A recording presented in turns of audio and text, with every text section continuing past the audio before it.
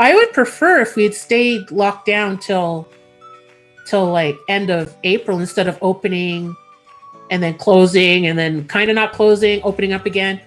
You know? Yeah. I just think maybe at this point we should just stay all locked down until we're all dead. I think that's the only way we're going to beat this thing. I don't think there's any point ever letting us out again. We should all stay inside forever. Seems very logical and smart. Because it's working really well. Every time they lock us down, the virus is getting so scared it's mutating. I think that's how science works. So whatever we're doing is for sure working. It's working.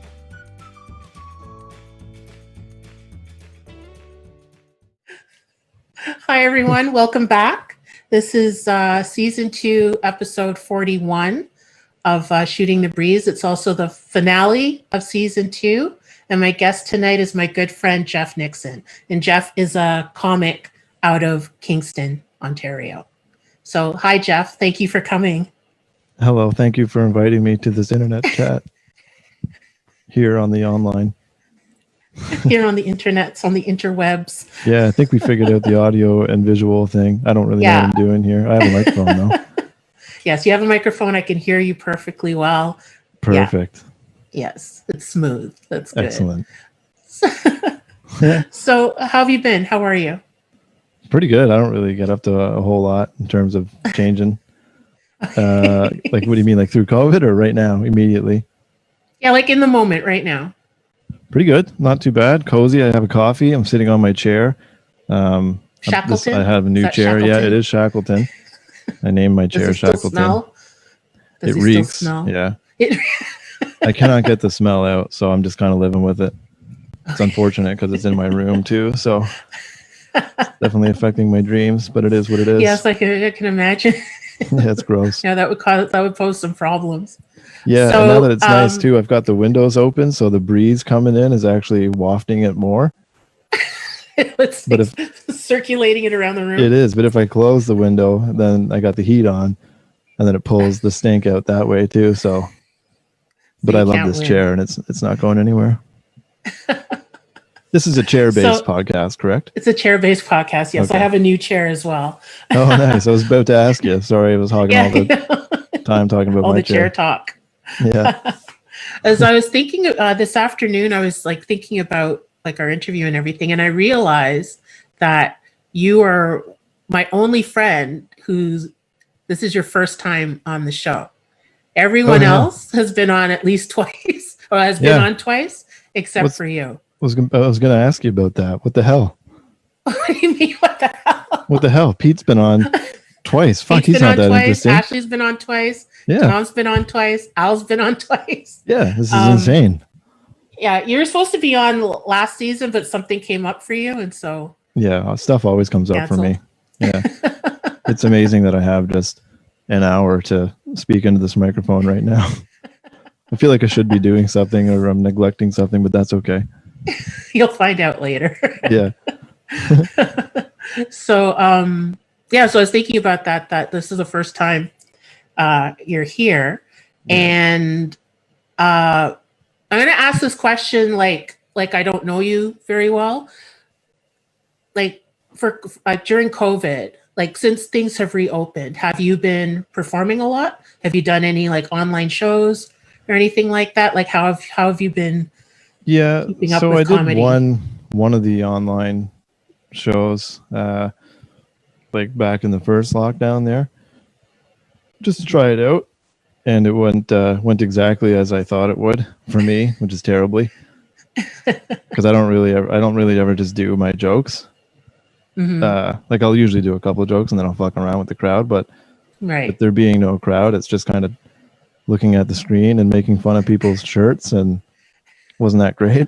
Plus it was like one of those, it was like a comedy competition thing. It was the Michael Lifshitz.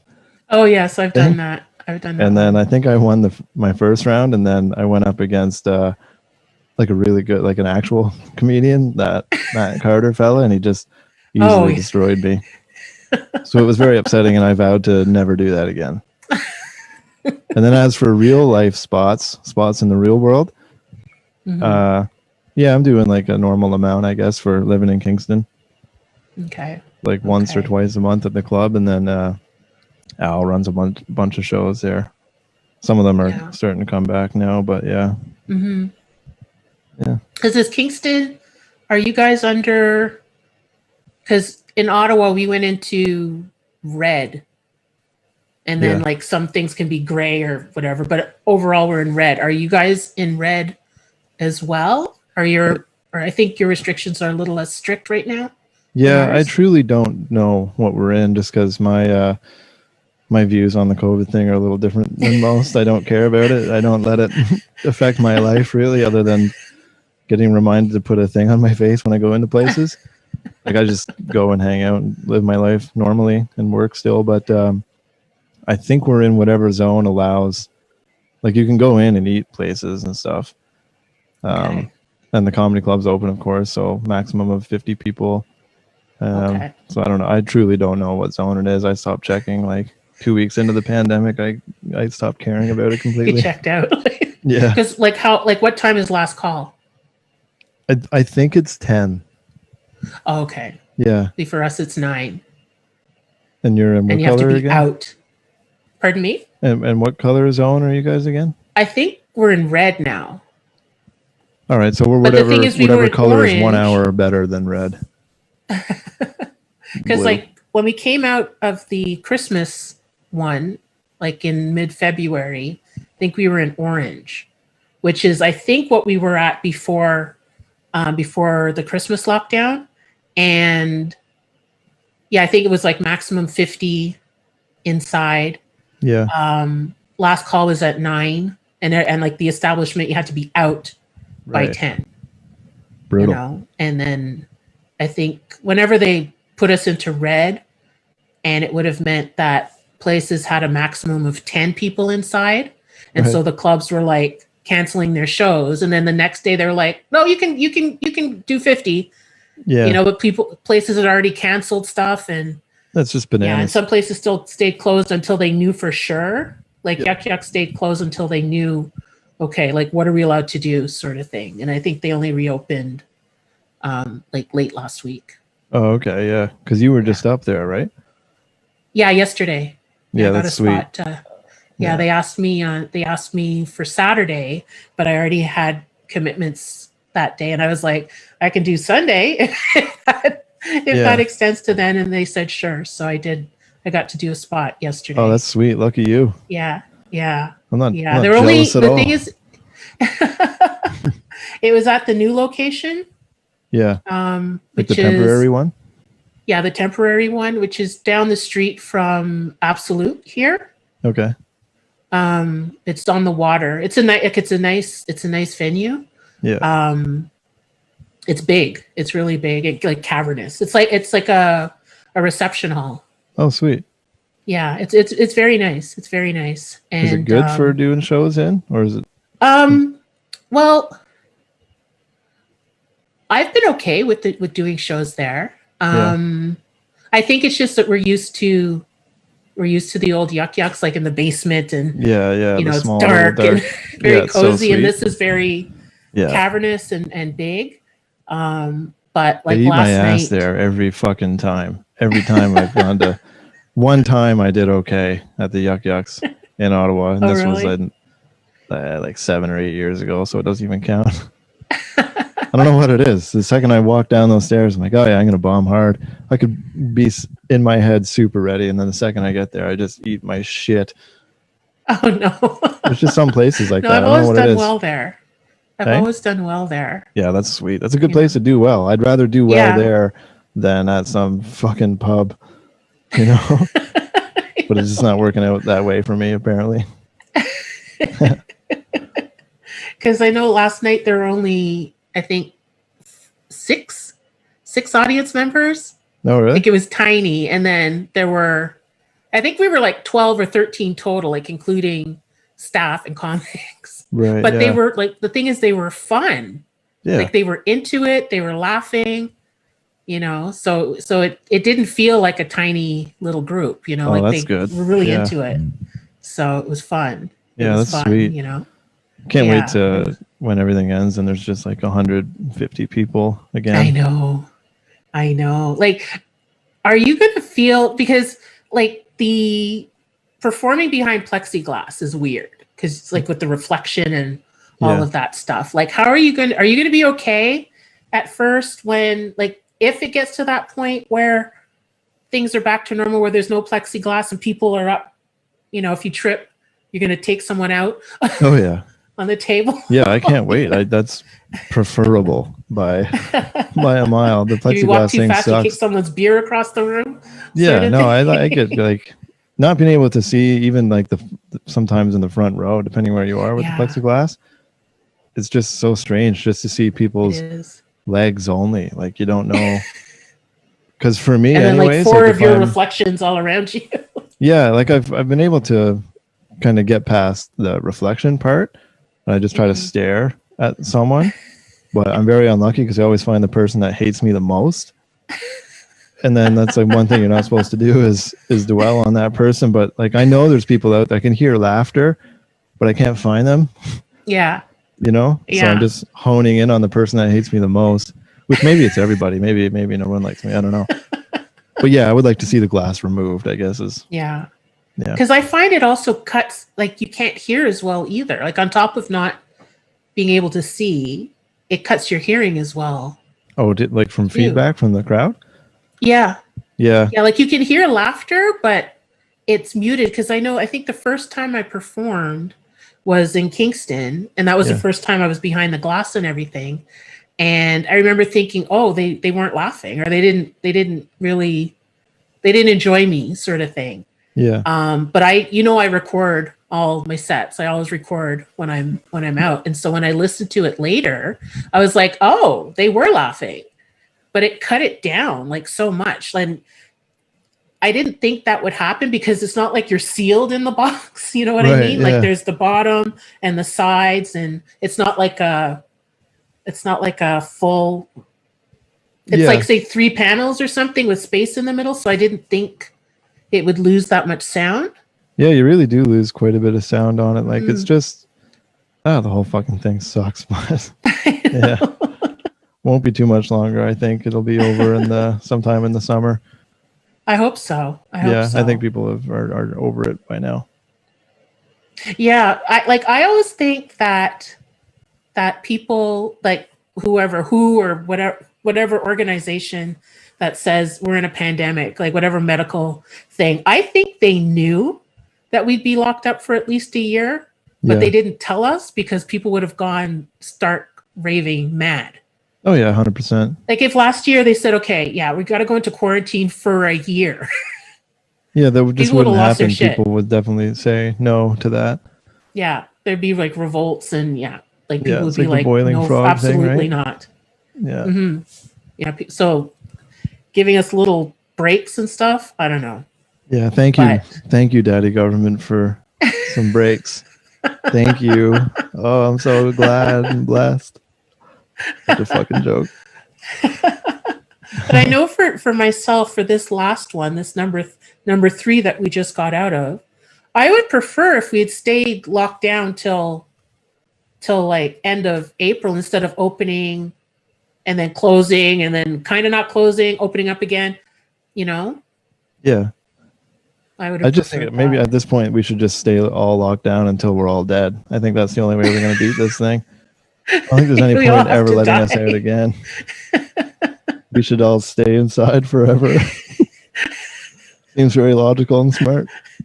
Because it's working really well. Every time they lock us down, the virus is getting so scared it's mutating. I think that's how science works. So whatever we're doing is for sure working. It's working. Yeah. But the thing is it feels like they don't realize this, that when they open things up, it's normal that there's going to be like a bit of an uptick, an upswing of, just with people circulating and everything. But then they're like, and lock it down. Like, yeah, people are insanely stupid though. Like the majority of people are beyond stupid. Like you look at in Kingston anyways, they'll have an article that says, 3 new cases today. And there's like the crying emoji reacts, or the people commenting, oh, forget it, lock it all down again. It's just like, what kind of life are you hoping to have here? Like, I don't know. I get a little bit worked up about it. Should probably move on from the COVID thing. It's not my strong suit. I don't not your win a strong lot of people over on it. Okay. I've got the wrong opinions.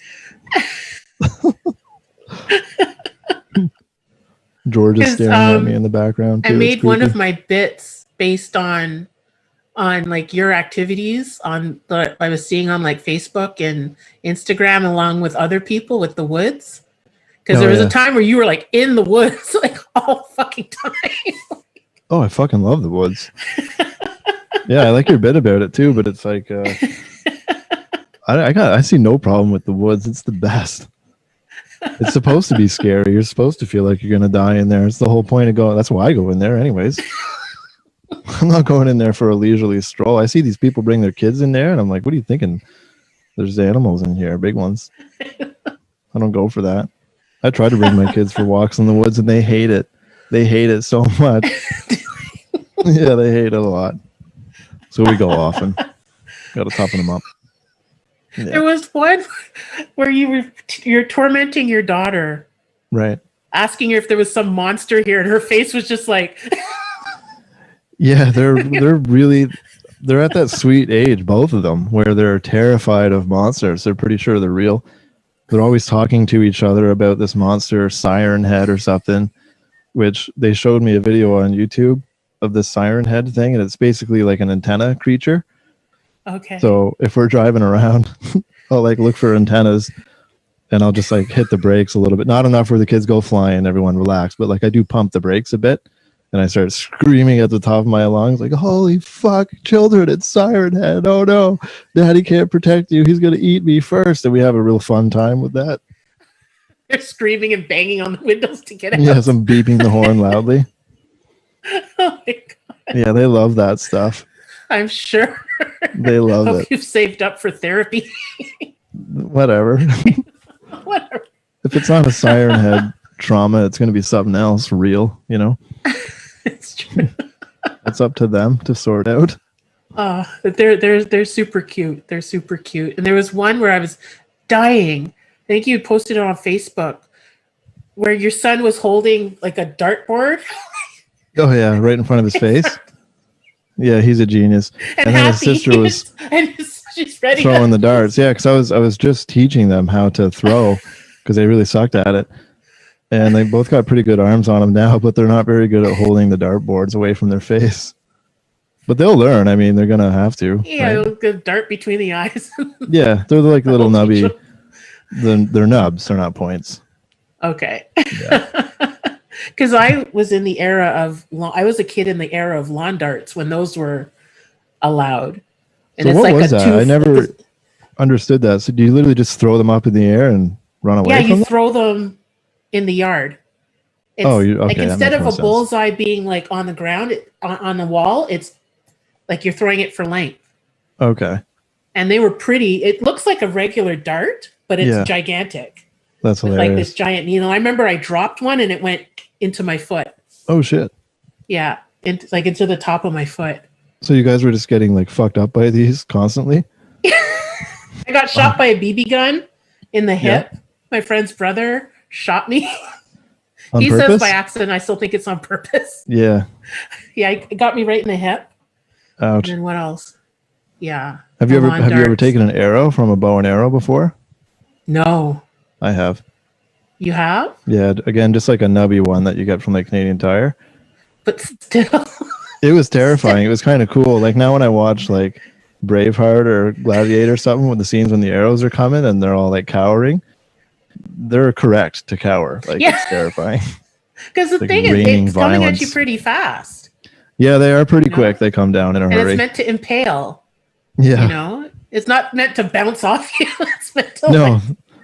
Yeah, I got lucky. This one hit me like right in the meat part of the shoulder there. Oh and my God. It wanted to jab in, but it just like whatever. Maybe I was real jacked at the time, and it bounced down and away. I was still pretty pissed. I was more shocked than anything. And my friend who had launched it, he like dropped the bow and was like, "Oh my God, are you okay?" So I was like hamming it up. was like rolling around on the ground, like, man, you shot me right in You the shot me with an arrow. right in the ass. I'm gonna die. He's like, no, I saw it hit your shoulder. I'm like, that's where my You're like, ass no. is. He was very confused. Serves him right for shooting his friend. Exactly. So he Yeah. was aiming at you, or was it like Yeah, I you told walked him in to the shoot. way, Yeah, you like he walked was in- across the field, and I was like, fire it at me, and because I was behind my other buddy's car, because I kind of secretly wanted it to hit my buddy's car, but it put a wicked angle on it, so it came right down. So kind of karma, I guess. But Yeah, that's what I was gonna say. yeah, It got you. I set it up to harm Didn't kill you, but my friend's car, yeah, and then I karma. ended up getting shot with the arrow. So it is what it is. It was definitely a fun day. Yeah. Oh my god. So in terms of like comedy, because I know you restarted around the same time I started, like a year and a half ago, but you had done it for a few years before, Right. right? How Yeah, like when did you start and how long did you do it before you stopped? Yeah, I think the first time around I started in 2012, I think. And then like there was a club in Kingston at the time called Time to Laugh Comedy Club, and it was awesome. Is that like by Spence? No, so Spence, His thing is called Time to Laugh Here. yeah, he calls it that, like in honor of the club that was in Kingston. Oh, Because that's where I okay. first met Spence, was back then. He was going to school here in Kingston. Oh, I see. And so he was doing comedy there, and me too. And then like guys like, I'm not sure who you know, but like Robbie Stevenson, and there was a bunch of people from back in the old days there. It was pretty sweet. And then I did that for, I think, 6 months, just like as a single guy getting into comedy. It was awesome. So I was doing it, and then I would drive to Ottawa all the time. Met a bunch of cool people who are still doing it now, who are like way better at comedy. Like they're just all pretty much professional comics now. It's very disheartening, but good for them. But I hit a little bump in the road in my journey. I had a wife and kids, so that slowed the train down pretty quickly. Yeah, okay, I can see how that would be difficult to be out all the time with. Oh yeah, there was just none of that. Yeah. That was never going to fly. So I had to quit basically, and then quit comedy for the family, and then the family quit me. So then I got back into it when around the time you did. Yeah. Yeah, because it's been about a year and a half for me. It'll be 2 years in September. Same for me. Did my first set. Yeah, September. Yeah, 19. that's sweet. Yeah. 2 years. That's holy shit. That doesn't feel like it's been 2 years though. Do you feel like it's been longer or shorter? For me, it feels like it's just been super long. But I think because also with the COVID and like all the time off too. Yeah. I don't know. Because right before COVID happened, I was driving up to Ottawa like as often as possible and stuff. And and like same with you. I remember because you were driving around all over the place. Dan Allaire was driving around all over the place. And then I was also driving around. And we were all just trying to get every little spot. Exactly. Felt like we were just going hard, and then everything stopped. So it's kind of fucked with my sense of time, I think. Because I think my first like road trip was a show in Kingston, but we had known each other a little bit before because I think we had seen each other at shows, but we got to know each other because I remember there was a week in like January, we did like 3 or 4 shows together in like a week.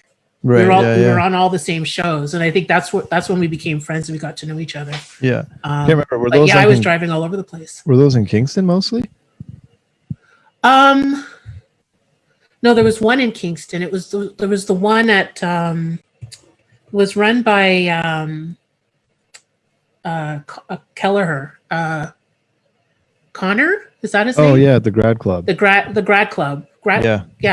That was the first one, and I think the other ones were in Ottawa, if I remember correctly. Oh, okay, yeah. One night was, I think, as I know, it was we did Trevor's Pad because I remember it was Super Bowl, and there weren't a lot of people there. That was a small crowd that night too. Yeah, that night, and then I think the next night was in Kingston. Yeah, and then I think later in the week was in Ottawa. Right. Yeah. Good times. Good times. But They're yeah, like back. people. People think I'm nuts, and they probably think you're nuts too. Like to drive, 2 hours, an hour and a half to do. Yes, that is 5 why minutes. people think I'm nuts. The driving. Yeah, I don't know. I don't mind driving. Like people get all I bent don't out of mind it shape either. about this two-hour fucking car drive, and it's like it's 2 fucking hours. Just put on some music Yeah. or a podcast or like Yeah, that's what I ring usually people do. I and usually talk have to a people. podcast. Yeah. Yeah. Yeah. Fucking- It doesn't bother me at all. It's like No. I wish I had like, train okay, money. I'll I'd be do it. taking the train if I could every time because the trains are sweet. But yeah. yeah, But it's expensive. It'd be expensive to do like 3 times a week or whatever. yeah. If I didn't You have know. kids and I was maybe a couple years younger, I would probably try to just get You have on no the train excuse. for free. I'm older than you and I can do it. Yeah. The thing is, I need a nap after I got to prep for the day. Would you ever ride a train? Like, would you just when a train goes by, try to grab the thing and ride it for free? Oh, like hitch a ride Train on the hopping, train? like No. a train bum. No. That's what I'm talking about. Oh, that's what you're talking about. That's what I was saying. Yeah, being a Okay, train bum. Okay, no, I wouldn't do that. Oh, okay. Yeah, I wish I could, but yeah. No, that would involve too much running and then jumping off the train at my stop. I would not enjoy that at all. True, or you could find out where the trains are parked. Just like Get on casually. early, Yeah, stow away. yeah. Those are some of my favorite videos on YouTube. Are the guys that record themselves train hopping across the country. It's pretty badass. Yeah. Yeah. It's cool. It's cool. I Yeah. wouldn't. I don't think I would do it myself, but It's neat when you're watching them and then they go through like your neck of the woods or your hometown or something, and you're like, "Oh, I did drugs there." Where the guys being a criminal through. Yeah. yeah. Because the thing is, like, if I didn't have a car, it would have like severely limited what I could do. Yeah. Like when I moved from Montreal to Toronto, I had a car. But I think I kept the car for maybe 3 or 4 years, and then I sold it because I didn't need it. Right. Because I was like in Toronto and I could do everything. And then the car I have now, my mother left it for me. Yeah. And I took it back to Toronto, and I was like, I could find a use for it because whenever I needed a car, I would just like rent a zip car where you can Right. rent by the hour and stuff like that. And if I needed one for longer, I would rent one. So I took it over, and then I moved to Ottawa a few months later. Yeah. And I'm like, thank God I had it, because I've been able to practically go anywhere and do Yeah, anything it's definitely I a want. huge advantage. Like when you're starting in comedy, I think to be able to Yeah. drive to the shows. I think Yeah, you got some exactly. Yeah, guys just like getting Lambo, to the he finds show. a way. Yeah. He just always Yeah. seems to find a way. That sneaky devil. George finds a way. They all find a way. Yeah.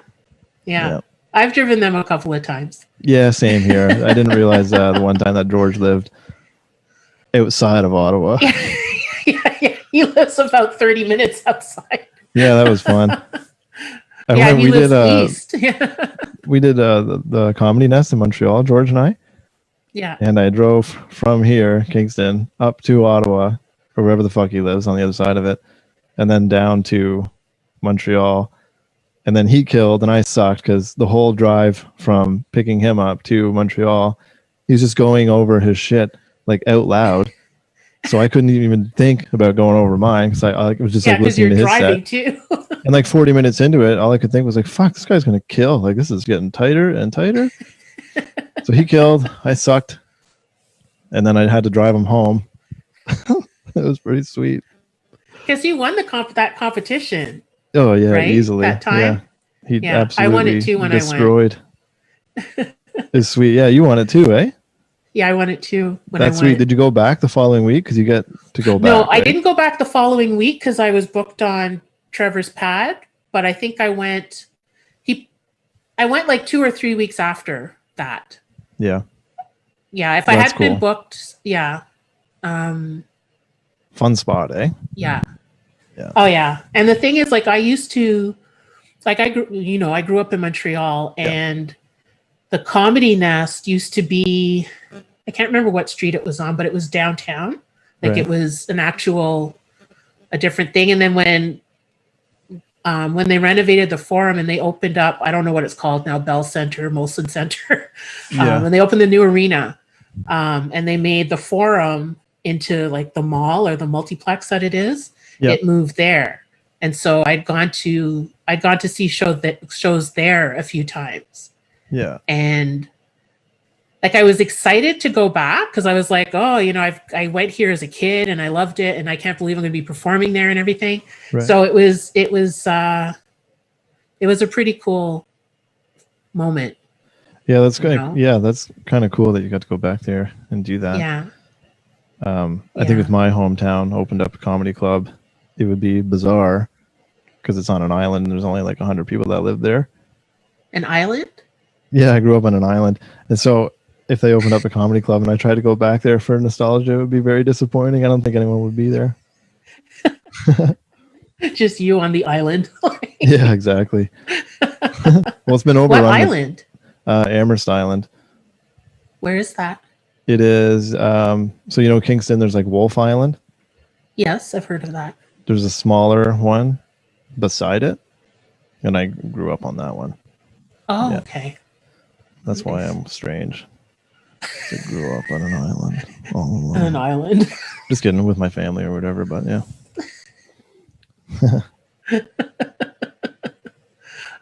What else was I going to say? So were you like I'd wanted to do stand-up since I was a kid, and I was too afraid to do it. And so I didn't do it till I moved to Ottawa. Was it something that you always dreamt of doing? Like, how did you get started into it? I think like most people in Canada, just like started watching the Just for Laughs stuff when I was little. So like, flipping through the channels and just seeing that people were just made a life out of telling jokes. I thought that was pretty hilarious. Just that concept made me laugh as a kid. Mm-hmm. And then it never even occurred to me to bother doing that because I wasn't very funny. I'm still not. But like I didn't give a shit about making people laugh at all as a kid. I was just doing my own shit, playing in the sand or the woods or whatever, right? And then in high school, still had absolutely no consideration of trying comedy ever, because all my friends are like, I think anyways, like extremely funny people, and I think they're way funnier than me. Like every one of them are easily the funniest people ever. So I thought, who the hell would I even try to be funnier than these guys? Like, and then in my 20s, like early 20s, I started listening to Opie and Anthony radio show, but just through like the YouTube clips, and they would always have like Louis C.K., Bill Burr, Patrice O'Neill, Bob Kelly, like just the fucking funniest people before they were all like well known. And yeah, I would just like listen to that for hours and hours, like every single day for pretty much 3 months. And then at some point, a friend of mine was like, "You seem to like this shit so much, why don't you try it?" So I tried it out and caught the bug or whatever. Yeah. Yeah. I still don't really care to do it that much. Like, that's a lie. It's a fun thing to do. I enjoy hanging out before the shows and after more than I enjoy doing jokes on the show. Really? Yeah, for me, I enjoy watching other people do their jokes and then talking to funny people before and after the show. Doing jokes. Yeah, no, I love the post show hang. After the show is so much fun. I love that. I really love that. Yeah, especially when someone bombs. Because there's always some crazy story. There's something crazy always happens. Like it's just fun. It's just especially so much fun. now. I don't know like what it's like in Ottawa, but the shows in Kingston, just crazy shit happens every single show. Like I almost got into a fight last week. Ashley told me that with some drunk guy. I got to take care of something, and he's like gonna come back and like. Yeah, he wanted to punch me in my face because him and his stupid girlfriend were ruining the whole show by talking, and it was just getting worse and worse and worse. And they'd been talked to a million times, and Kyle Mesdak was on stage, and the girl fucking said some bullshit comment, and like you just feel the energy in the room just like gone. Yeah. So I was like, well, this isn't very fun for Kyle, and like. Jason, the headliner, was up next, so I was like, I'm gonna maybe say something here, even though I knew I shouldn't, but I did. So she made her comment, and then it was quiet. And then I just said, "Boo, shut up." And right away, her boyfriend, they were like sitting like right near. He just turns and like fucking gives me dagger eyes, like just mean mugging me. And he starts doing that tough guy thing, like right out of the movies where he's like slowly cleaning up the table, just like, oh, getting ready to go punch this asshole. And so I was kind of buzzed. So I was like, oh, maybe I should take my sweater off too. And then Pete started making fun of me. He's like, oh, you think you're tough taking your sweater off? I'm like, if he comes over here to beat me up, I'm not going to have more options for him to grab. You know, like Pete's never been to a fight. I'm going to put this on the record right now. Pete thinks he's been into a fight. He has not been. He's been mugged one time by two guys with knives, and that's not the same. It's not the same. Pete doesn't know violence. He's a coward. I hope he's watching this. He's a coward. So yeah, the guy's mean mugging me, and then I stand up, and Pete's like, "Oh, now you're standing up. Like, what you?" Really? I'm like, man, I'm not going to get punched in my face while sitting. The back of my head's going to hit the wall. Like, he's going to punch I'm going to at least give myself a chance. Like, I've offended the man's lady. He's clearly going to try to punch me right in my mouth. So yeah, I'm going to get a little naked and stand up, Pete, if you don't mind. Fucking hell. Love you, Pete. Just kidding. We just had spaghetti on our podcast for a full hour. I saw the post. I haven't listened to it yet. You don't need to. Like, it's literally just us chanting spaghetti. But I kind of want to hear when you're like mispronouncing it, because I can see how that would happen. If you're just saying a word over and over and over, you forget, like, am I saying the word properly? Is this still the word I'm supposed to say? So I want to hear those things. Oh yeah, there was definitely like some biscettis and bajettis and vaginas. And I think Pete we got this like inside joke where we talk about the inventor of toilet paper, Mr. Joseph Gayetti. So I think he was tossing in some Gayettis as well. So I got to listen back to it and see what happened. The other guy in the podcast, my friend Ryan, he fell asleep. He fully fell asleep for a little bit during it. I remember like just sitting there saying spaghetti, and he's just like not even saying it. And then when we finished, he's like, man, I fucking fell asleep for a little bit there. So yeah, the same. So like spaghetti. You literally just said spaghetti for an hour, nothing else. Yeah. We were just saying spaghetti for an hour just to see, I guess, if we'd get more views that way. We didn't. It's actually our least popular episode of all time. Because I can see people listening for a few minutes and going, I can't take this. Yeah. Yeah, I don't know. Like, I wouldn't listen to it for sure. I don't know what we were thinking, but I'm already thinking of other words that we can chant for an hour because I like the format. I think it's a funny thing to do. So, if you got any suggestions, run them by me. I'll think of some. Of some.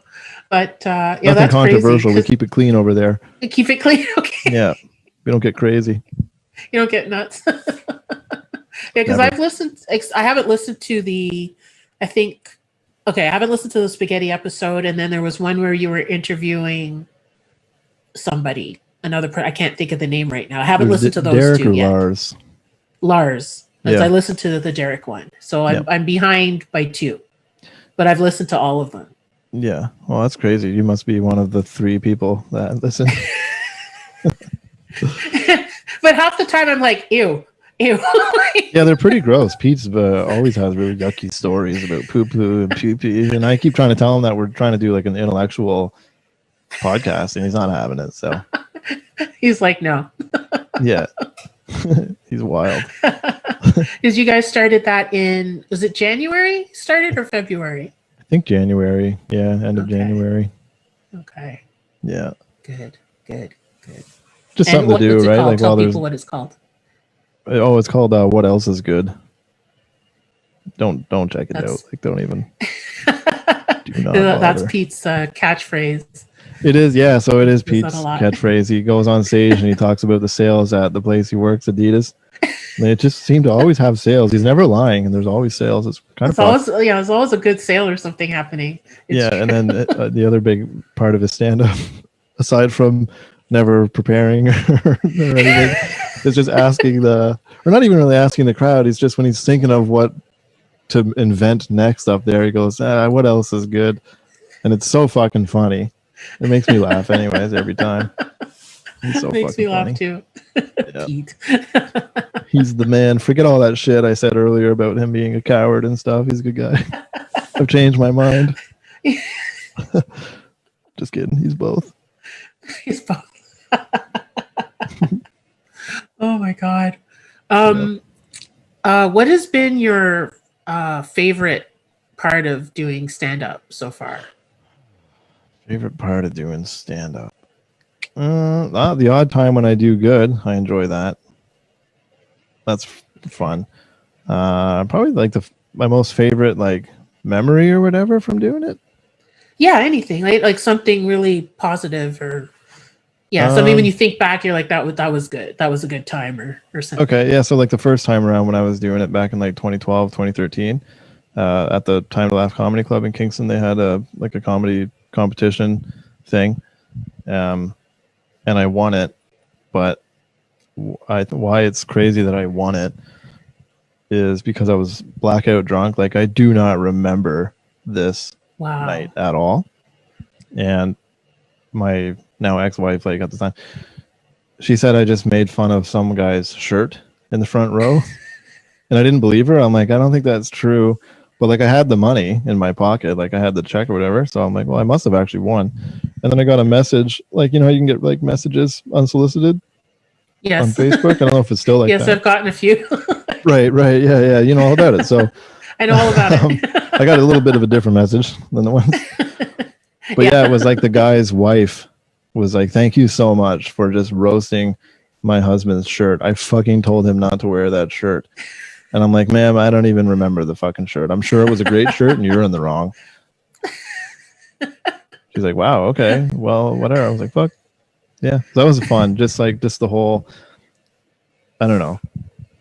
Just the fact that you can literally just talk shit for 5 minutes and get money made me laugh very hard. Absolute bullshit. Yeah. Other than that, like I don't want to like the lame answer is like I truly enjoy like every show. There's never like a comedy show where I'm like, oh, this fucking sucks. Like maybe I'm a little bummed out if I like eat my shit big time. But again, like it's all about, for me, it's all about the hang before and after and the car ride and stuff like that's just the funnest. Seeing people, like especially going to Ottawa.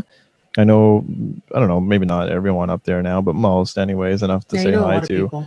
So it's just nice to have like a group of people who you share something in common with, like in another town, that when you go there, you've got people to hang out with. Like it's kind of neat. Exactly. I wouldn't have that otherwise, like, because I do like chimney work here. I don't go to other towns and like link up with the chimney contingent in that town. They would all be huge losers, guaranteed. So, yeah. They'd all be like real guys and they would talk about like man stuff and I would just be left out and confused. So it wouldn't be very fun. So yeah, I like talking to comics more. Yeah. Do you find like since doing comedy, like do you find it harder to talk to like normal people or whatever? Yeah, I do. Yeah. I do because I find that. Are you like looking for openings to when they say shit? You're like, I'm gonna get them, and then you're like, no, I can't because I'll get fired if I say this thing. Yeah. Exactly. And comics, I always feel like I'm on. Yeah. Where it's like if I'm talking to other comics, it's just I feel less self-conscious. Yeah. You know, and especially like if someone knows that I do comedy, because it's either like, oh, you do comedy, you don't. I wouldn't give you. You're too quiet or something to do comedy, or somebody does they're waiting for you to like start juggling or something. I don't know. Right. Like they want some kind of like make me laugh sort of thing. And so that kind of makes me uncomfortable sort of thing. I do. Yeah. So a lot of people, when they talk about this kind of thing, when they say, oh, I don't like telling people I do comedy because then they say, oh, do one of your skits or something. And people get mad about that. If people are like, oh, don't you do comedy or something? I'll be like, I mean, I'm not a comic, but I do comedy. And if they say like, be funny, do a skit, I'll just do one of my jokes and then they won't laugh. And I'll be like, stop asking me then. Like, that is what I do. Clearly it's not that great. So it's not that interesting. Yeah. It's a good way around it. It's a good workaround. Exactly. Yeah. Because the thing is, I was, I don't date very often, but the last few dates I was on, they just wanted to ask me about comedy. Yeah. How do I get in? How do I do it? And I was like, Yeah, they're honestly probably just like loser dudes who suck at talking to women. probably give them, because like, they one always thing to they talk always say, about. "Oh, my friends think I'm really funny and they think I should do stand up." Yeah, I'm like, of course they do. guaranteed. No one told them ever once in their life that they were funny. Fucking most comics who do comedy, no one has ever told them that they were funny in their life, and they're doing it. So Exactly. yeah, Exactly. I don't think that these guys were. But Because yeah, I it's just kind of remember strange. I remember telling one of my friends when we were like 14 or 15 that how much I loved it and I wanted to do it. And I remember Yeah. she was like, you should. You know, you're funny. You should do it. And that's the only friend that I ever told. Because even my sister, I talked to my sister about it. She was like, she's like, I was shocked when you told me you were going to do this. And then I remember when I told my friend that I was taking this course and I was going to do it, she was like, it's about fucking time. Oh, that's like, I've been waiting like 40 years for you to do this sort of thing. And I remember she and my other close friend with my sister and brother-in-law, they all drove up from Montreal for my first show. That's so cool. Yeah, it was very, very cool. And that was like I get emotional just thinking about it because I remember afterwards, like I was nervous, like so nervous. And then once I got to the stage, it was like I felt so relaxed and it went really well. That's sweet. I was like full of adrenaline. Like I was like, oh yeah. And when I left, I remember leaving the bar, leaving Absolute, and there were people who had been in there and they start clapping. And they're like, oh, you were so good. You were so good. And I was like, oh, thanks. And my family had left, like my sister and brother-in-law and the people who had driven up from Montreal had already left. My Ottawa people had already left. And so I was walking to my car. I parked across the street from Absolute. When I got to my car, I just burst into tears. Oh, shit. Like I sat there like for like 20 minutes. That's because I could not believe that I had finally done it. Oh, that's cool. And I was just so like overwhelmed. And like, I really missed my parents. I wish my parents could have been there, although my mom probably wouldn't have approved of any of the shit I talk about. My father, maybe. Yeah, I think about like, I don't get, I don't know, like, because my parents, like my dad is dead. He's been dead for a super long time. And my mom doesn't go out to shows. She's unable to, but I think I've wondered once what my dad would think about me doing comedy. And I think that he would think it was cool, kind of hear a couple of jokes and be like, that fucking, it just sucks. Son, what the fuck? What are you doing? So I don't really think about it too often. Yeah, I know that time I really thought about it and it just like, I know I was just overwhelmed that I was like, I miss them so much. I wish they were here. But I think... and it's cool because you're doing the thing that's like making you happy that you took a long time to get up to do. And so it's like, you know that they'd be proud, right? Yeah, I think like from that perspective, they'd be like, I'm glad she finally found something. Because I kind of bounced around like with just trying to find things. Like I was like, I felt like I was missing stuff, and like I needed to, like I went back to school and, even though that was a huge thing, that didn't like sustain anything. And then I learned to code. I learned to do all these cool things. Yeah, you learned to code. That's hilarious. Yeah, I learned to code, because I was always very... an insult now online. Is telling someone like, hey, you should learn to code. It's like, that's just sound advice for this day and age. Yeah, exactly. And I've always been like very technically minded, good at math, good with numbers, and that's just how my brain works. So I took to it very easily. And I've done a certificate. Now you can do comedy math. How much money am I losing by going to the show? Yeah, also with the losing money. Yeah. Exactly.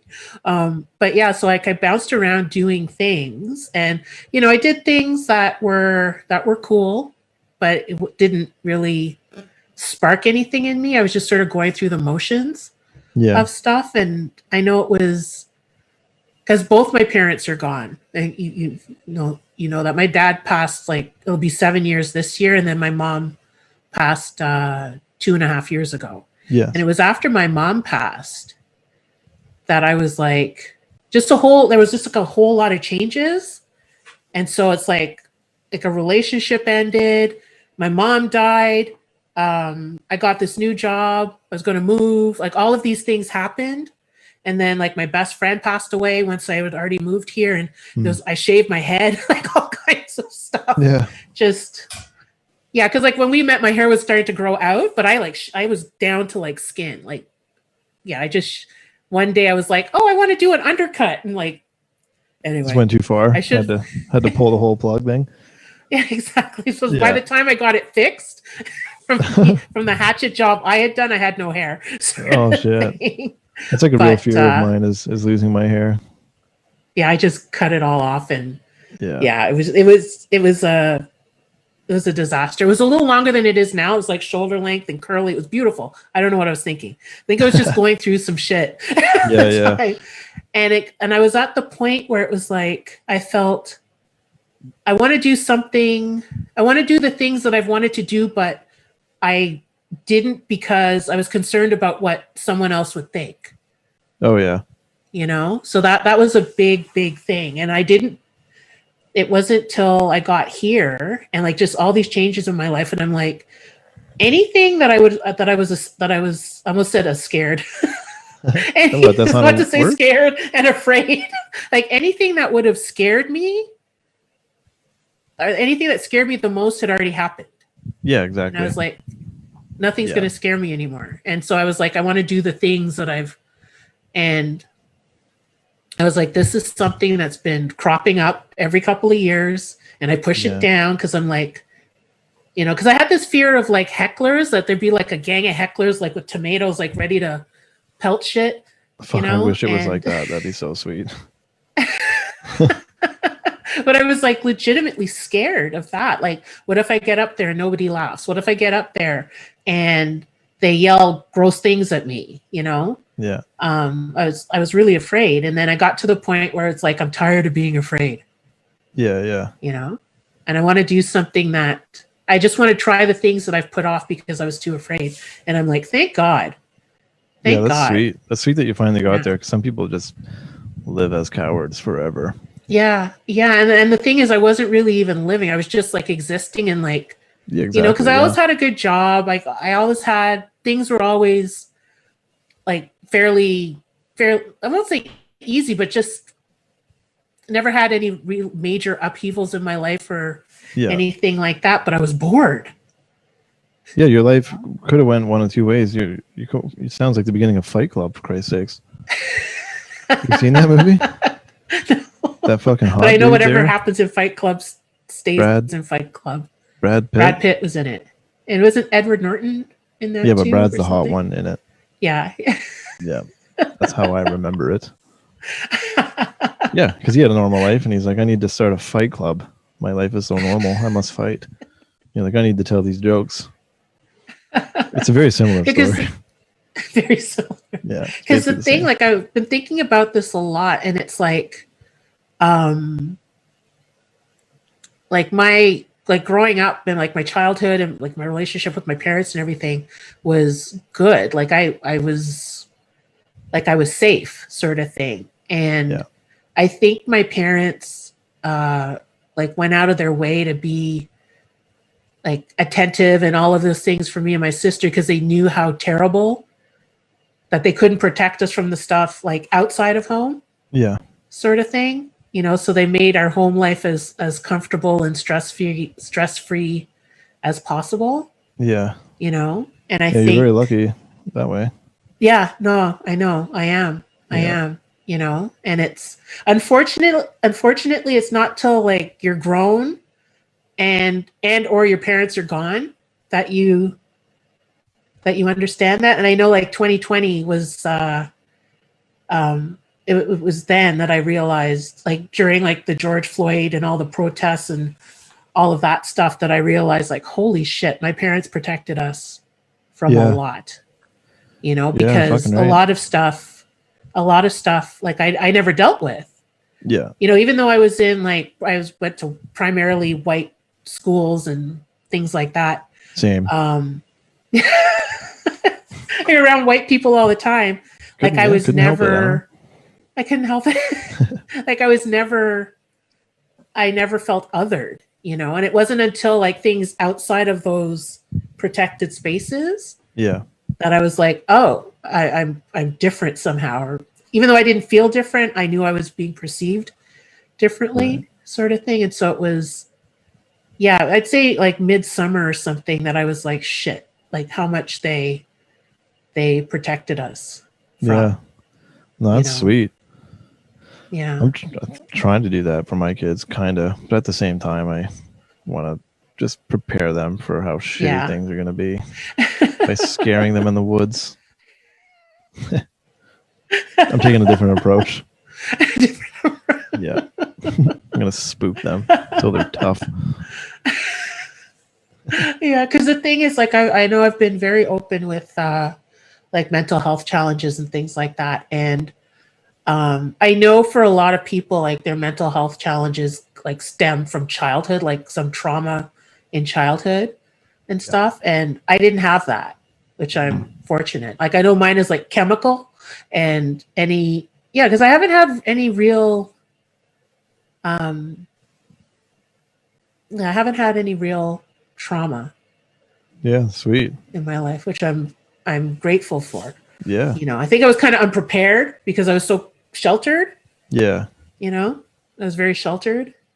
Yeah, I couldn't like.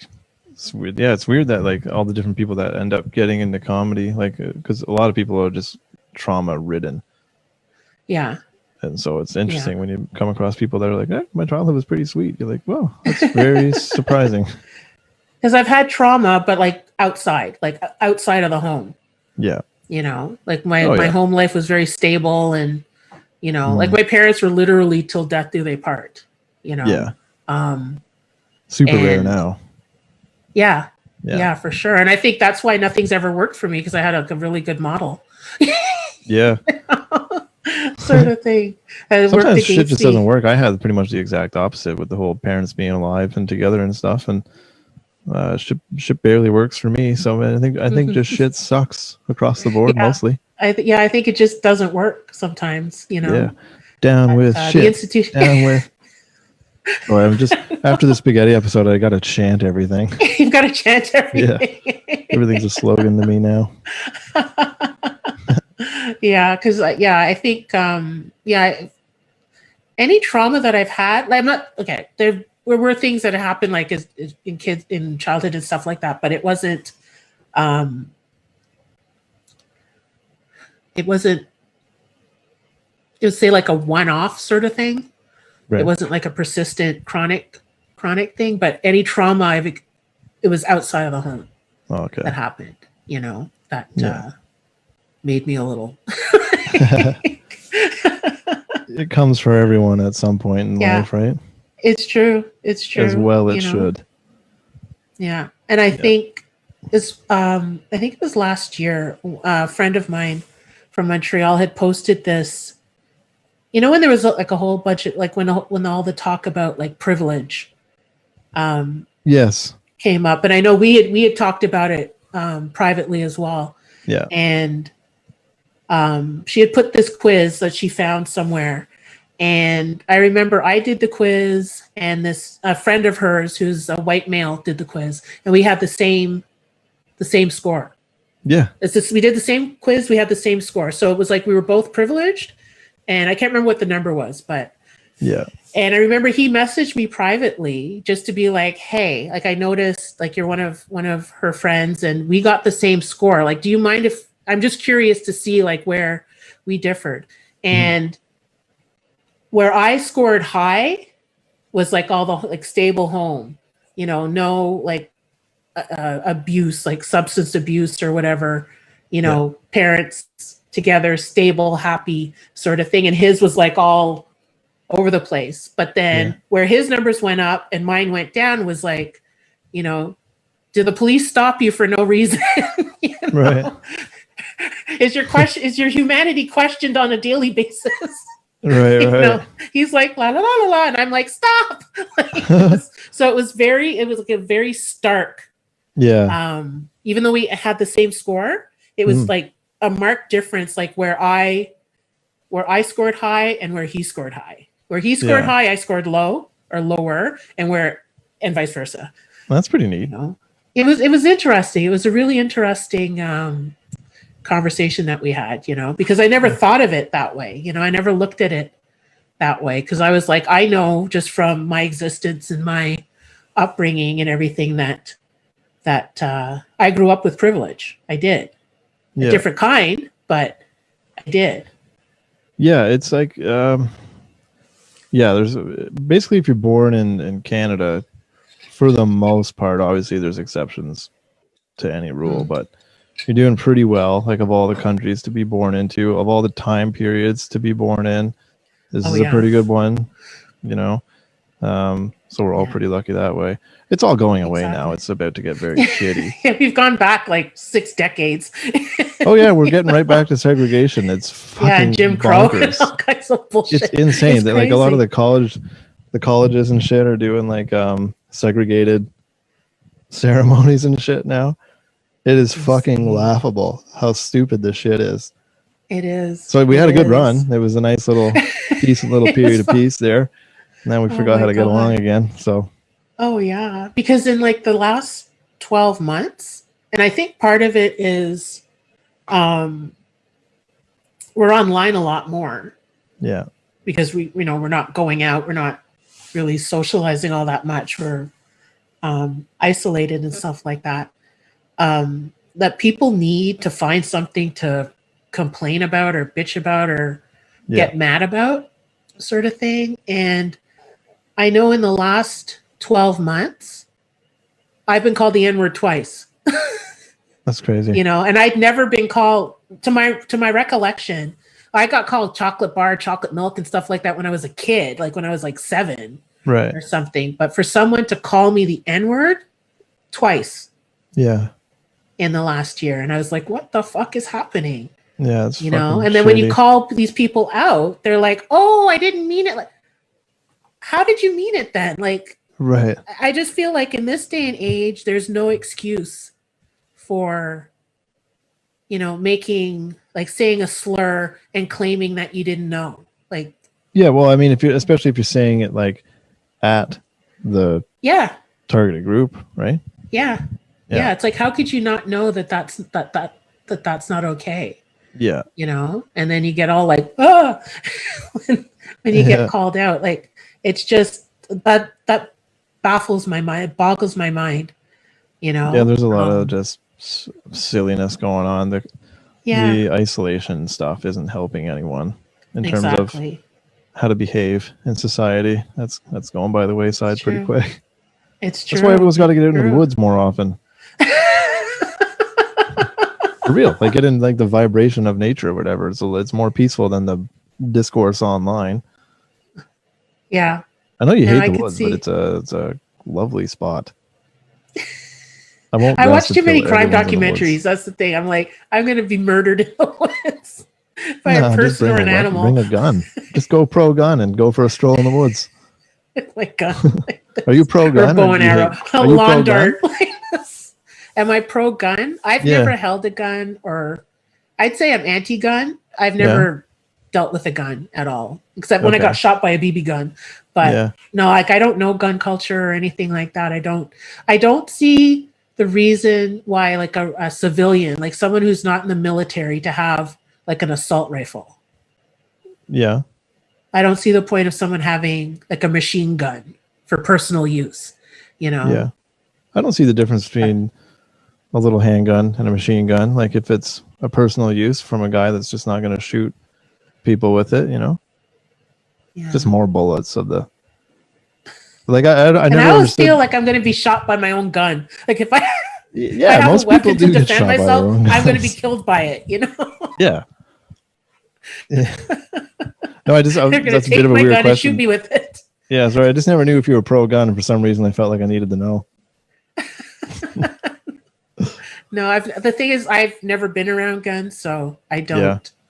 Yeah. I remember one time I was like 16 or 17. I was at this guy's house with my sister and a whole bunch of kids there, and his father had a case on the wall with guns, and one of the kids opened it and took one of the guns out. My sister and I were like, bye. We just left. Yeah. You know? So I think that's the closest I've been to a gun Yeah, before. they're pretty badass. If you ever get a chance to like go to a firing range or something and just shoot it at the target or whatever, it's pretty neat. I think I'd like it though. Most people would. It's cool as hell. Yeah, it's a little fucking tank in your hands. It's amazing. Because I've always wanted to try. I've always wanted to try that. Yeah. But that and the axe throwing, you know. Yeah, yeah. That looks like fun. That looks like fun. But see, I'm surprised that you would like the axe throwing, because that, to me, like your bit about like the white people loving the woods. We're throwing axes in the woods. Like, what do you think we're doing in there? Digging holes, shitting in them, burying it, and then throwing axes. I don't know what. Maybe that's just me, but that's what we're up to in the woods. I'm talking about being in a controlled environment, throwing, not just walking and then an axe goes right by. Yeah, that completely takes the fun away, the controlled environment aspect. There goes the fun part Living of it. on the edge. That's the fun. Let's do something fun, but let's find a way to make it not fun first. Let's make it deadly. Yeah. Oh, we have a comment. It's from Pete. He says spaghetti. Of course it is. Spaghetti Pete. Spaghetti. He's my spaghetti brother for life now. Spaghetti brother for life. Yeah. He was on board, but he really wanted to do it. And then the third guy on the What Else Is Good pod, my friend Ryan, he was like, I don't want to fucking do this. But he ended up because I having a good remember you time. guys talking about spaghetti, but I thought, because I know Pete likes to eat spaghetti, so I thought you guys were going to like eat it Yeah, or he something. I does. didn't think you were just going to say it. He's eating too much spaghetti, if it, you know, according to my eyes. But we did eat a pile of spaghetti right before we did that episode. I picked him up and I made him just a huge thing of spaghetti, meatballs, garlic bread, the works, because I thought it would be extra funny to just be bloated off spaghetti and then have to say it for an hour. That's a torture. It pretty much was torture. It was awesome. Oh my God. Yeah. What are your views on cancel culture? I think we both know my views on cancel culture. I think it exists. I think it's fucking bizarre that at this point people are like, it doesn't exist. There's no cancel culture. That's as silly as saying Antifa is just an idea. Like, they wear shirts with the fucking logo on it. Like, what the fuck are you talking about? It's just an idea. That skit today that Ryan Long came out with, did you watch that? You should check it out. It's really funny. It's like a Antifa window cleaning company. And they're like, some people say Antifa is just an idea. We think it's $1 billion idea. So they go around, they break all the windows. Then they're the company that replaces the windows. Super good bit. So yeah, to say that cancel culture doesn't exist is completely absurd. And then the cancel culture, like within the comedy community, is fucking insane. Like, anytime there's a comic that is kind of on board with canceling for whatever fucking reason, like if it's like word-based shit, like, oh, this joke was too far. If you call yourself a comic and you're saying a certain joke is too far, something like that, then you're fucking, I don't know, you're probably not that good, really, and you're an idiot. Like, it's just, it's jokes. You're supposed to fuck around and say crazy shit. People aren't paying money to go and hear shit that they could just hear in their own house or in like the little safe TV shows. Like, they want to go into a dark fucking comedy club and hear some crazy shit. Mm-hmm. So it's absurd that people are trying to like police each other on that stuff. And I won't have it. Because the thing, part of my view on it too is that there has to be room for growth. Yeah. And also room for redemption. You know, because I think that's the other thing. Yeah. Like you said, there is no path of redemption now for anyone. They've taken that away. Mm-hmm. So that's why I think a lot of people who were initially kind of like with like, say, like with Louis or someone like that, or the Shane Gillis thing would be a better example because that's more words than jerking off in front of people. The Shane Gillis guy with the Asian joke got fired from SNL. A lot of people were like, oh yeah, he shouldn't have said those slurs and shit. And then you say, like, do you actually listen to what he said? The thing, like, he was doing, like, he wasn't just making like Asian slurs. It was part of a thing. It was like, you know, comedy where he's doing like ironic things. And so there was no path for redemption for him. And it's worked out because then he just kind of like went underground or whatever. you know, like not SNL, but on these like kind of New York based podcasts and stuff. And now he's huge. He's doing fine. Like he's like basically like a hero of the whole thing. So good. I guess Yeah. if people are going to keep running with this cancel culture thing and not giving anyone a path to redemption, it just opens up the Yeah. possibility for people to just find their own path, which I think is pretty badass anyways. Like these fucking, Exactly. you can't win. Like when you're wrong, you can't win. And the people who are for cancel culture and not ever having an ounce of forgiveness for anyone, they're wrong. So they will never win. Yeah. Because there was something fairly recently where they dug up something on Jimmy Fallon where he had done blackface like 20 years ago Yeah. or something. And I know, like, if he did it now, if he did it today, that's a different story. Like, call him out on it. I don't think you need to be canceled, but you need to be held accountable for it, sort of thing. I think, but He I don't wouldn't know, do it digging today. stuff up from that somebody. We all did stupid shit. We all did stupid shit. We all did stupid racist shit too, probably. Mhm. And just the fact that if someone is, you know, is inclined enough or bored enough to dig back 20 plus years Yeah. and say you did this horrible thing back in 1997 without, like, if the person is still doing the same shit, the same problematic shit for the last 30 years, that's one thing. But Yeah. if you've seen like growth and maturity and like an effort being made and they haven't done that stupid shit again, leave them alone, for God's sakes. You know what I mean? Yeah. That's, I don't know. I think I'm opposed to the digging up the past to shame someone. Yeah, it's so stupid. No. I forget the guy's name. Yeah. It might have been Mike Racine, some New York guy. People were trying to dig up shit on him, and then he basically screenshotted the people trying to cancel him. He's like, "Oh, I'm so glad that they found these tweets. Turns out I was funny 10 years ago too." Like, fuck, it's fucking pretty good. Thanks. Yeah, forgot about that gem. Yeah, Yeah. So it's like I don't know how to fix it or if there is a fix for it, but yeah.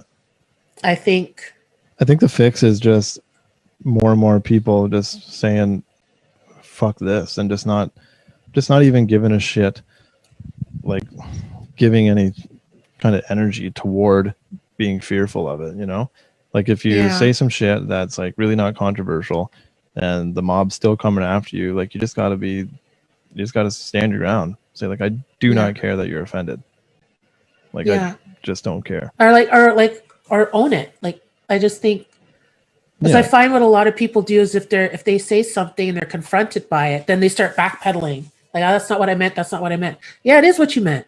Like I don't know. I think it would be easier to get over something or to get past something if people would just own it instead of like denying it or like gaslighting or stuff like that.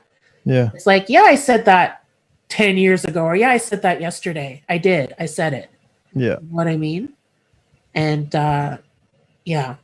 Yeah, there's different cases, right? Like if someone was just like an actual hateful person, then that's one thing. But yeah, for people just making jokes or like attempting to be funny and then it just didn't land, even if it was now, if someone said something crazy now and people were like, whoa, you can't say that in 2021. It's like, first of all, I can say whatever the fuck I want in any year. It's just kind of part of being a person.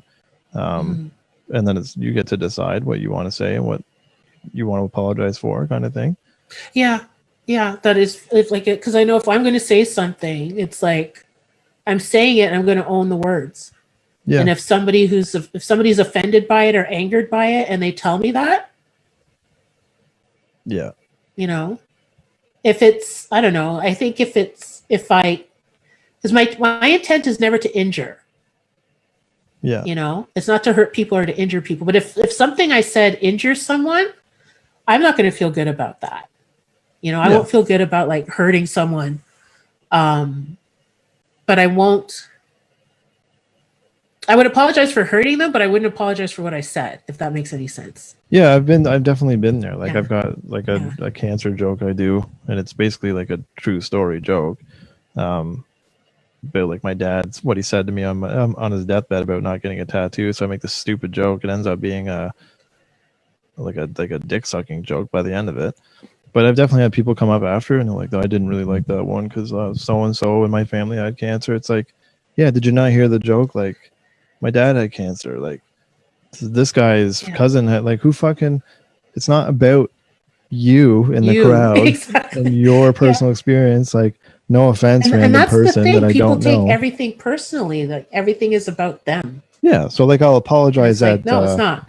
that they were like upset by that or that it made them upset thinking about the thing to an extent. But if they push the issue, like I've had it before where people are like, you know, there's such a thing as trigger warnings, and then that's where I'm out. Then I just kind of get into a fight with them. I say like, yeah, fuck your trigger warnings. Like, I don't care. Yeah, the whole like, world's we're a trigger adults warning. in the real world. You're gonna hear some shit from time to time that is you're not gonna expect, and it's gonna hurt your feelings. And tough fucking luck. Like, boo hoo.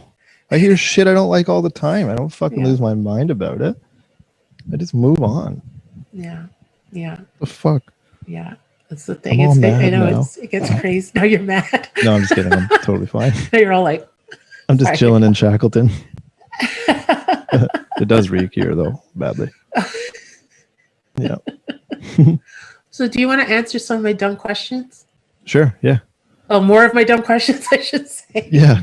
Yeah. So we can do a few of these. Okay. So I have more than 62 now. I had 62 for the longest time. I'm up to so rapid fire 250. 62 questions? 62, 250. Sure, I got time.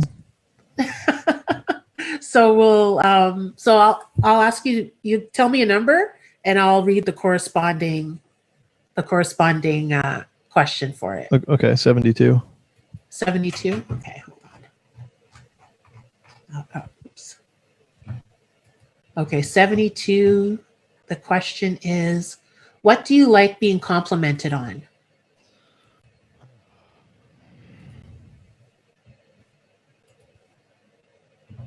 Oh shit, I don't know. Like if I'm wearing a nice shirt. Okay. Like right now I'm wearing a nice shirt. Yeah, your nice sweater. Yeah. Okay. I don't take compliments very well at all. I know. So I'm going to go with the shirt answer on that one. Okay. All right. Let's go. Let's pick another number, please. All right. Number, what you said, there's 250 questions now? 250. All right. Let's go with big number 3. Number 3? Yeah. Okay. What was your best birthday? My best birthday. Yeah. I can't remember what age it was. I might have been 20 or 21. But a friend of mine like made a bunch of us go to, not made, like everyone wanted to go with me, to a strip club. You didn't want to go? They dragged you there? Yeah, no, because I didn't give a shit about that at all. Okay. And so they're like, yeah, we're going to get you drunk. I was like, on board. I'm like, we're going to get you a lap dance. I'm like, no, I don't want that. That's weird. To just like have a lady grinding on me while a bunch of dudes are around. It's not my scene. So that sucked. Like I was offended. I didn't enjoy it. But like going back to how like I feel about offense, I didn't give a like. It was just like whatever.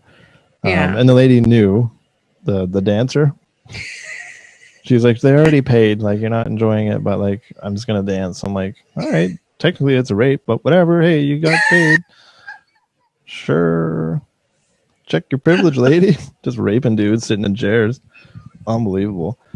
So that was my favorite birthday, I think.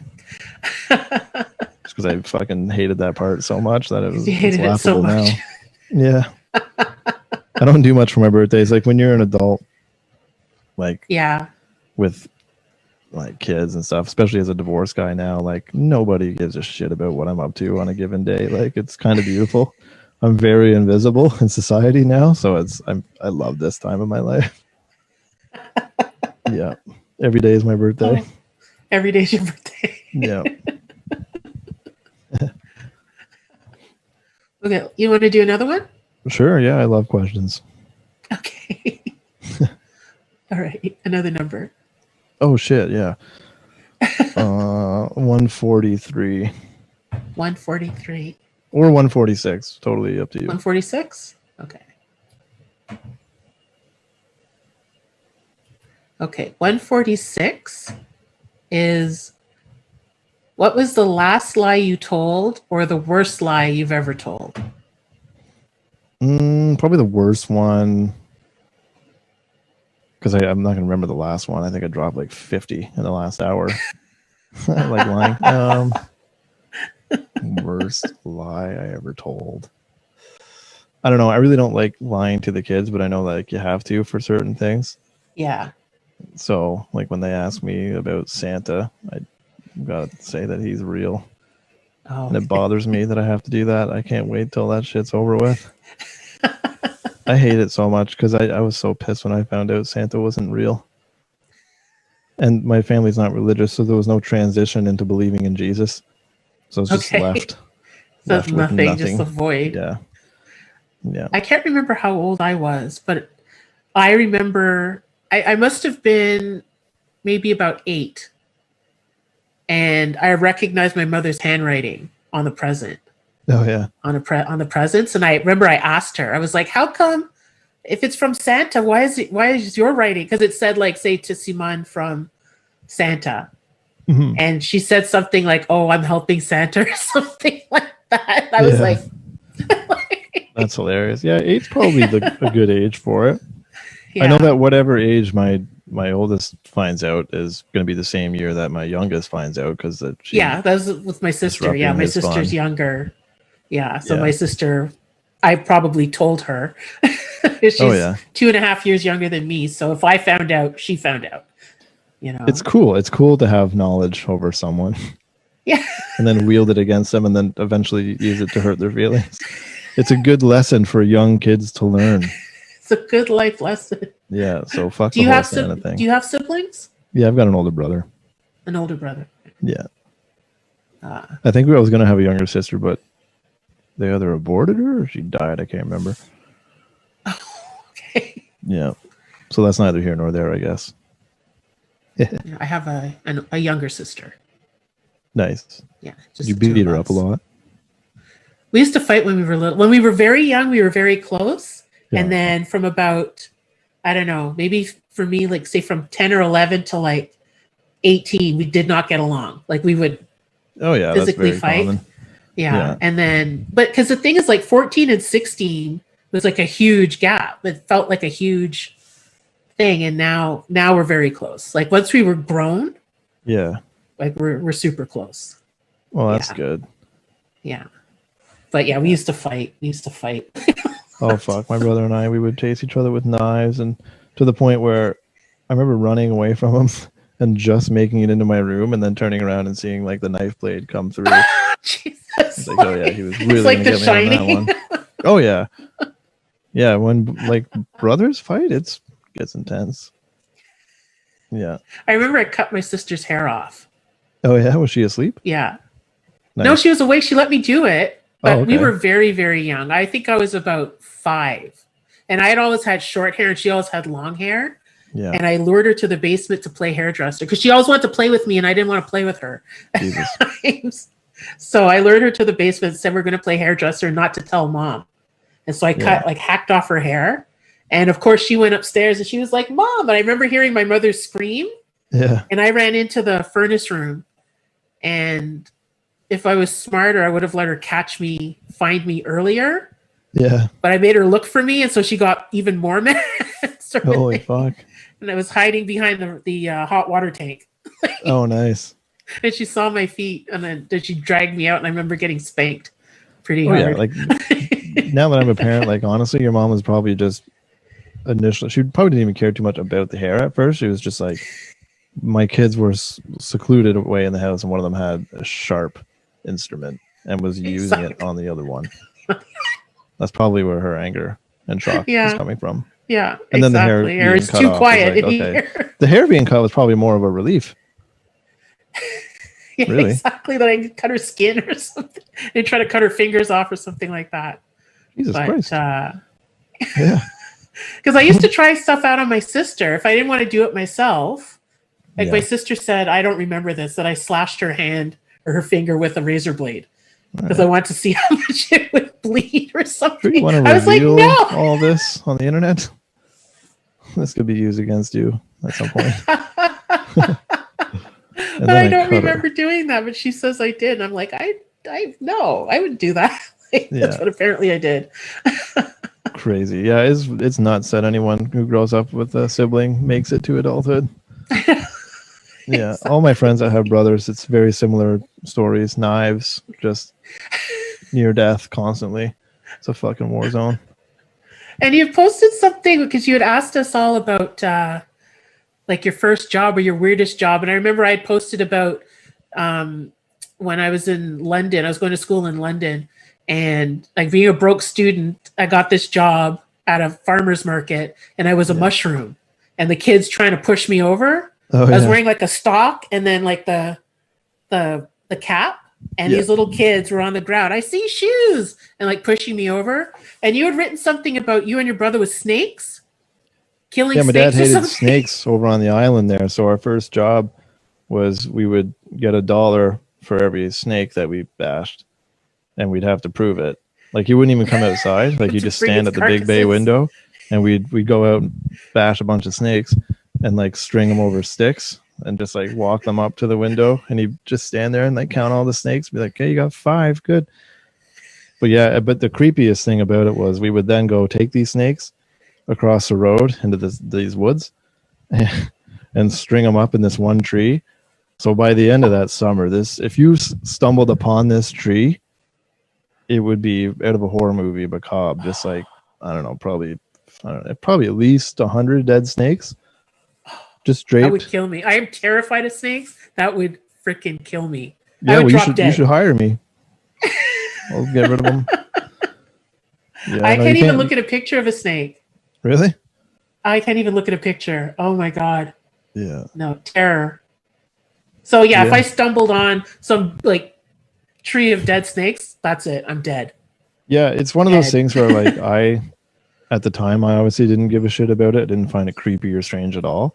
But the more I tell that story to people, and they're like, "That's not right. Like that's really strange." I'm like, that's right, murder.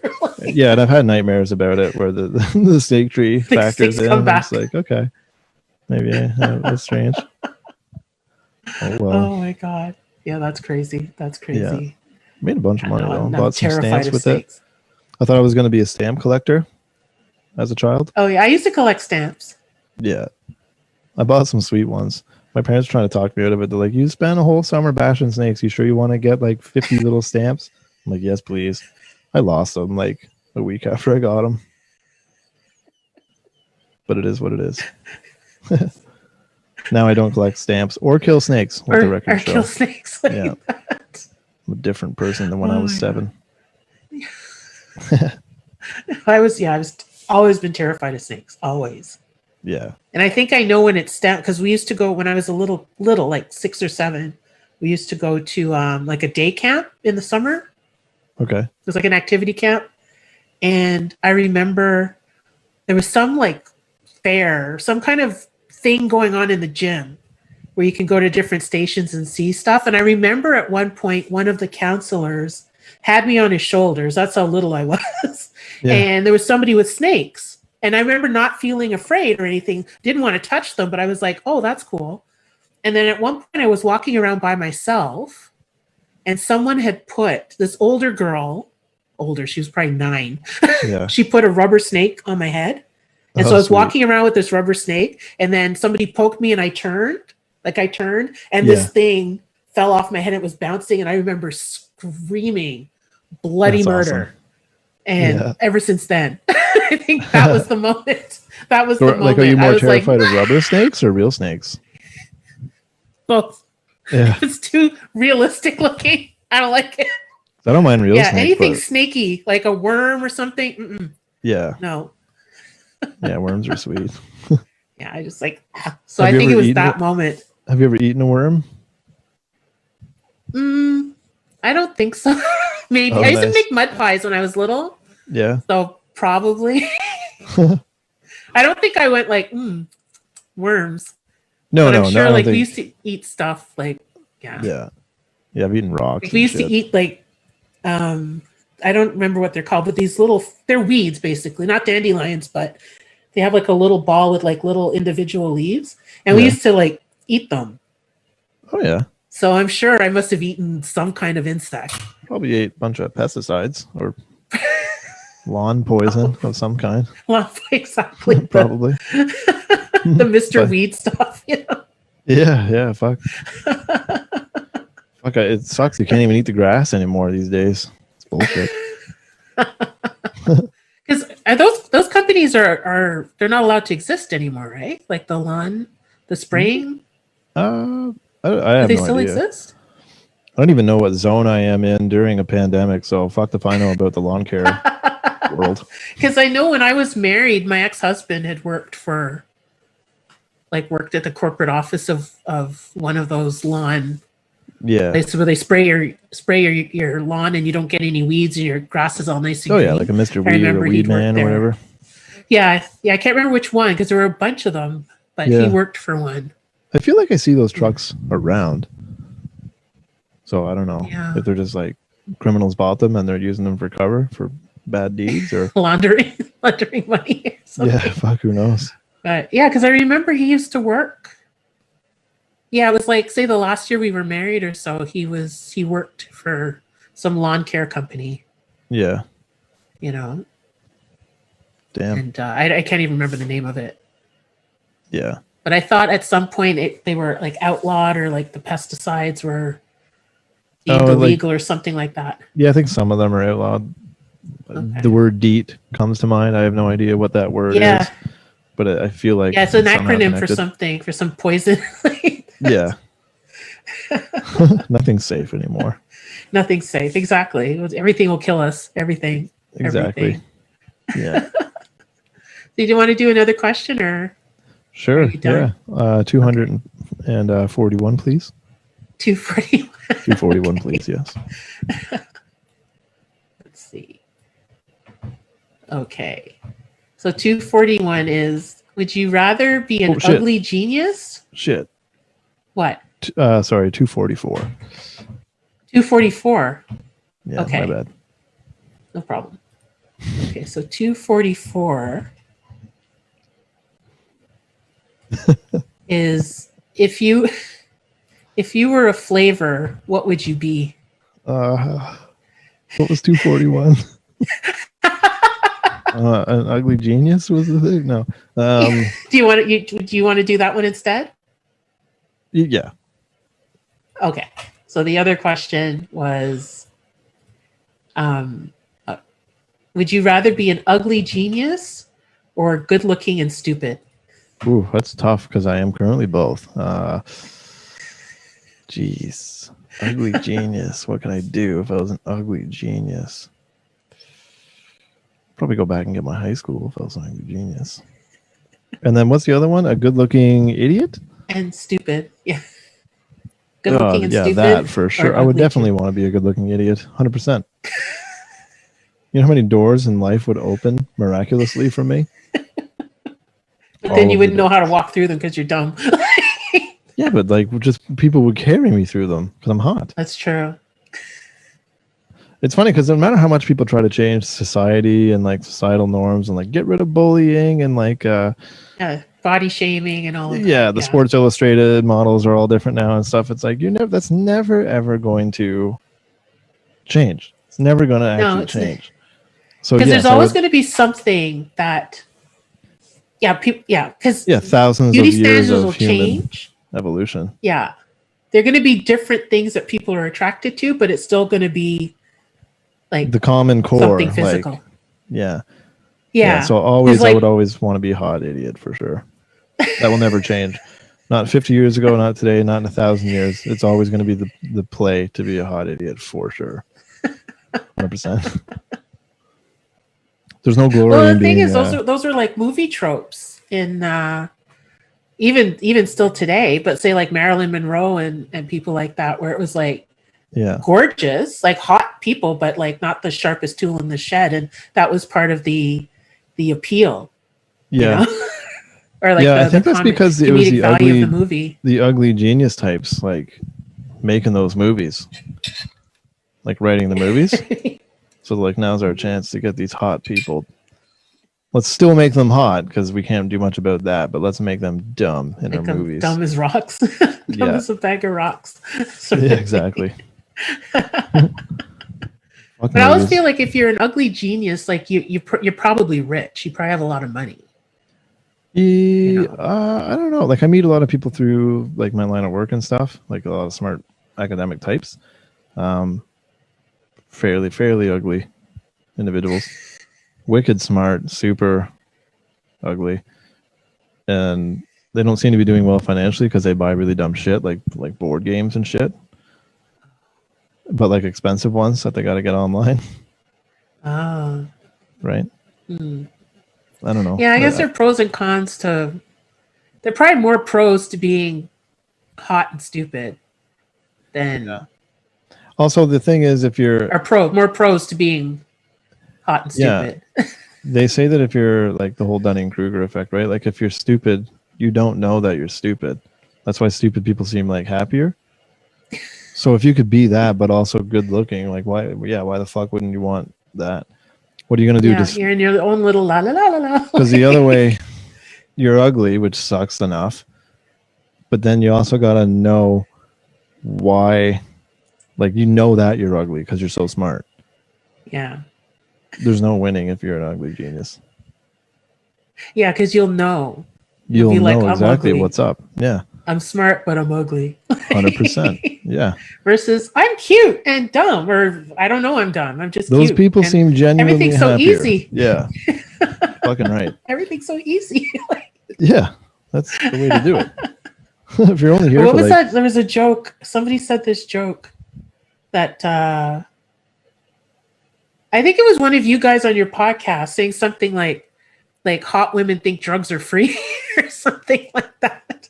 They don't know that you have to pay for cocaine or something like that. There's a joke out there. Oh no, it's been around forever. So I'm sure our version of it ended up being like crazy somehow. But yeah, like I mean, obviously, like hot women never have to pay for drugs ever, and that's definitely one of the benefits of being a hot lady. Free drugs. Yeah. Or drinks.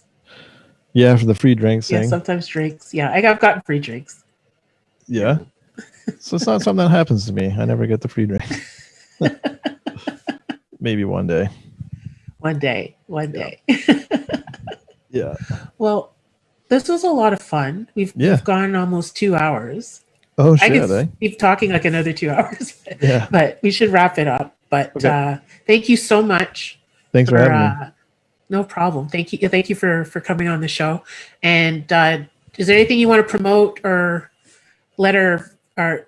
tell our listeners and viewers where to find you or where to find your podcast and stuff like that? Anything like that you want to share? Yeah, sure. I mean, you can go to wherever you listen to podcasts and type in what else is good. And we have podcasts on there that are about pooping and having sex and saying the word spaghetti thousands of times. It's very informative shit. We're very smart people. So check us out there. And then other than that, don't ever try to find me in real life.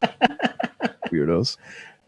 But if you get a chance to see Jeff perform, do so. He's very funny. He doesn't think he is, but he's very funny.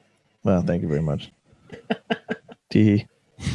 All right. Well, thank you for tuning in, you guys. Season 3 will be starting up in April 20th, and we'll see you then. Bye.